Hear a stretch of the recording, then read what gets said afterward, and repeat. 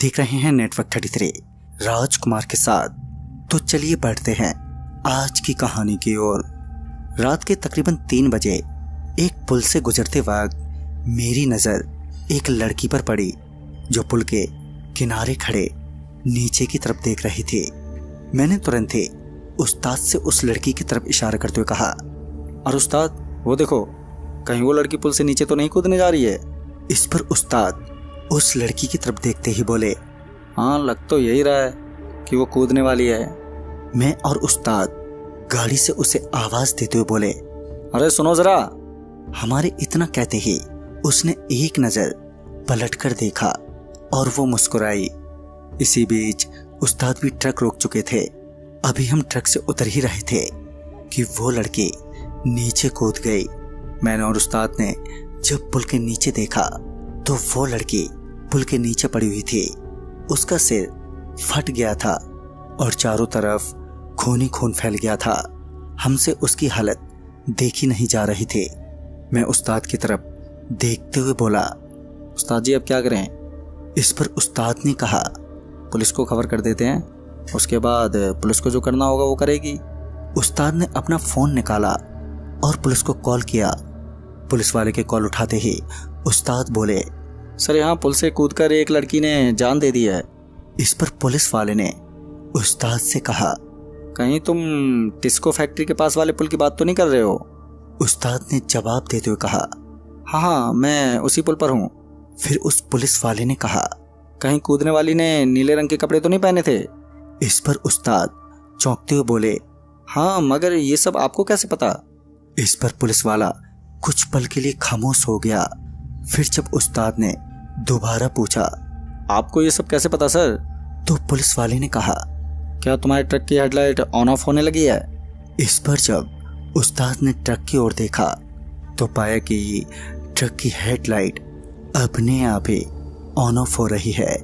इससे पहले पुलिस वाले से कहते कि हाँ हो रही है सर, कि उस पुलिस वाले ने कहा, अब तुम्हारे पास बहुत ही कम टाइम बचा है। अब मैं जैसा जैसा बोलूं तुम वैसा वैसा ही करना और कोई सवाल नहीं। पता नहीं अब उस्ताद के पसीने छूटने लगे थे। तभी उस्ताद को पुलिस वाले ने कहा, देखो अभी तुम जितनी तेज दौड़ सको उतनी तेज दौड़ो और आगे एक पुराने ढाबे पर पहुंचो और वहां बने कुएं में किसी तरह छुपे रहना जब तक कि मैं आगे ना कहूं। पुलिस वाले के इतना कहते ही उस्ताद और मैं उस ढाबे की ओर भागे। अभी हम बेतहासा भाग ही रहे थे कि मुझे लगा कि हमारे ट्रक का इंजन स्टार्ट हो गया है। अब भागते भागते हमारी सांसें उखड़ने लगी थी, मगर हम किसी तरह उस पुराने बंद पड़ के ढाबे के उस कुएं तक पहुंचने में सफल रहे। और जैसा कि उस पुलिस वाले ने कहा कि कुएं में छिपना है, तो हमने ठीक वैसा ही किया। कुआं गहरा तो बिल्कुल भी नहीं था, मगर उसके अंदर काफी कीचड़ जमा थी जिससे तेज बदबू आ रही थी। हम किसी तरह अपनी सांस रोककर वहीं बैठे रहे। तभी हमारी ट्रक भी वहां पर आ गई और फिर वो ढाबे के आगे रुक गई। और फिर उसके बाद ट्रक का दरवाजा खुला।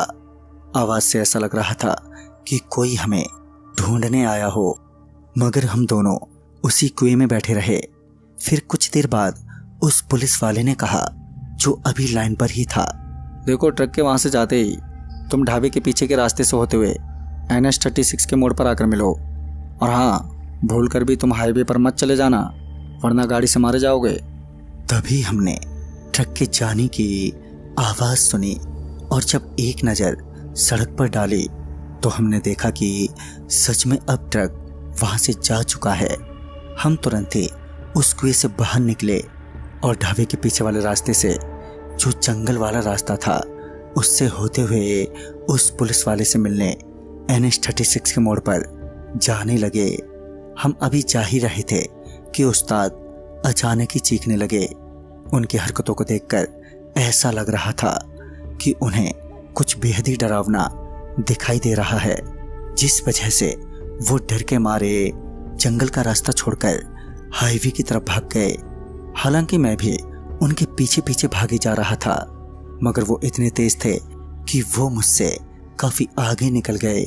और जैसे ही वो हाईवे पर पहुंचे कि पता नहीं कहां से हमारा ट्रक वहां पर आ गया और उस्ताद को कुचलते हुए आगे निकल गया। ये सब देखकर मैं वहीं उसी वक्त रुक गया। मुझे उस्ताद के लिए बहुत दुख हो रहा था, मगर मैं भी जानता था कि अगर मैं हाईवे पर गया तो मेरा भी हश्र उस्ताद ही जैसा होगा। लिहाजा मैं वापस पीछे जंगल के रास्ते ही भागता रहा।